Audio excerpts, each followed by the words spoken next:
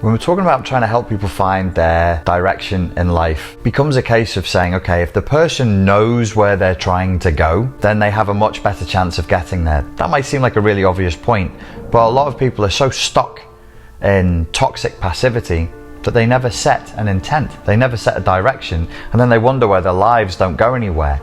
If you've set your intent and you know where you're going, then it gives you the ability to be spontaneous and to improvise. But if you don't have an intent and you don't know where you're going, it's going to be very, very difficult when things don't go your way to be spontaneous and to improvise. If you actually have an intent to get somewhere, then when things get bumpy or things change, you can afford to be spontaneous. You can afford to improvise. You can afford to flow.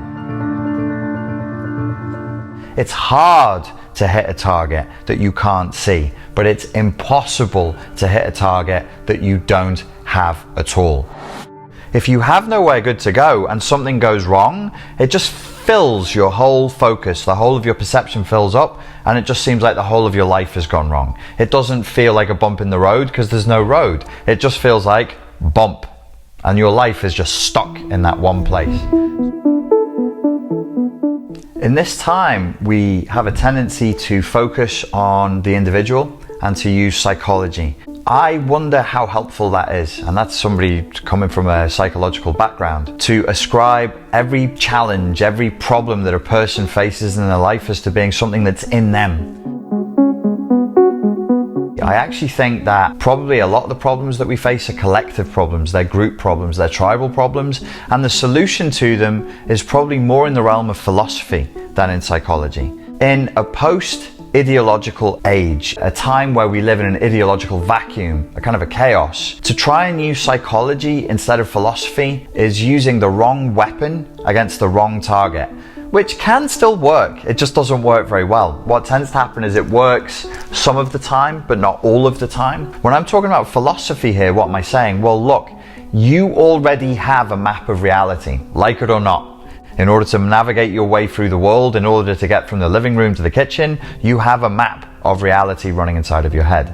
So even though we live in a post-ideological age, you still have a philosophy of life. It just might not be a very strong one. Sometimes I found myself talking to people in terms of trying to develop a moral philosophy in order for them to have boundaries, in order for them to be able to navigate problems and to protect themselves. A moral philosophy would be just, look, the ability to say, hey, what are my values? What's my moral system? What is right for you might not be right for me. What is wrong for me might not be wrong for you. So you've got to develop this for yourself. Then you need to ask the question, what is a good way to live a life? How should a person live their lives? And if you can start to answer that question and to develop a moral or value system based philosophy, you'll find it's much easier to make decisions. You'll find it's much easier to assert your boundaries and say no to people who do not align with your values. This is why I suspect we're probably going to get a lot further from seeking to develop a moral philosophy, a philosophy based on values, than we are by individualizing everything and trying to prescribe a psychological problem to every challenge that people face in life. You end up stuck in a kind of echo chamber. We want to escape that echo chamber, have the ability to set positive intent and to find our directions in life again. When we have a moral vacuum, a philosophical vacuum, it's very, very hard to know what is meaningful. And it's very, very hard to live a meaningful life inside of a moral vacuum. Don't get caught up in the word moral. I'm not trying to enforce any kind of a moral system on you. It's moral in the sense of a value system. You need to know what your values are. You need to know what your life is about. If you're about freedom, if you're about creativity, if you're about having fun, and you live a life that's in line with that value system, you're going to feel good. If you're about those things, but you're living a life that has the antithesis of that value system, that's incongruent with that value system, it's going to suck. No matter what you're doing, how much money you're making, if you're living in opposition and out of congruence with your core values, it's going to hurt. Human beings nowadays, I think, are living either without values, which is disconcerting and confusing, or with junk values. If you are living by junk values, it's poisonous. You are going to feel anxious and depressed. Everybody says they're feeling anxious and depressed. I suspect that they don't. I suspect that we don't even have the ability to linguistically describe what it is that we're feeling, but we know that we're discordant. We know we're not happy. We know that we're agitated. So you say, well, I don't know, the prescribed language, linguistics, to say how I'm not feeling good is either anxiety or depression. So I'm going to say it's anxiety or depression. I suspect not. I suspect that we know that our internal map of reality doesn't match the external reality that we face on a daily basis. That creates agitation. It's called cognitive dissonance. I think we're living without meaning. And without meaning, there is nothing. It sends people into a kind of an existential crisis where they say, well, what is my life for? And they push those thoughts away. They try and smother them and cover them up. This is not good. This is where the alchemy comes in, where I think you want to go from living in a state that is bereft of meaning to finding meaning again. Living in a state that is bereft of a moral philosophy, a value system, to finding a moral philosophy. You say the words, I feel anxious, I feel depressed. Okay, well, why don't you try and define a moral system for yourself? Why don't you try and define what your values are and try to be as honest as you can in living as much as you can in congruence to those values for a month? Let me know how you feel. Let me know if you feel any different. Let me know if you feel any better about that. I'm sure you will.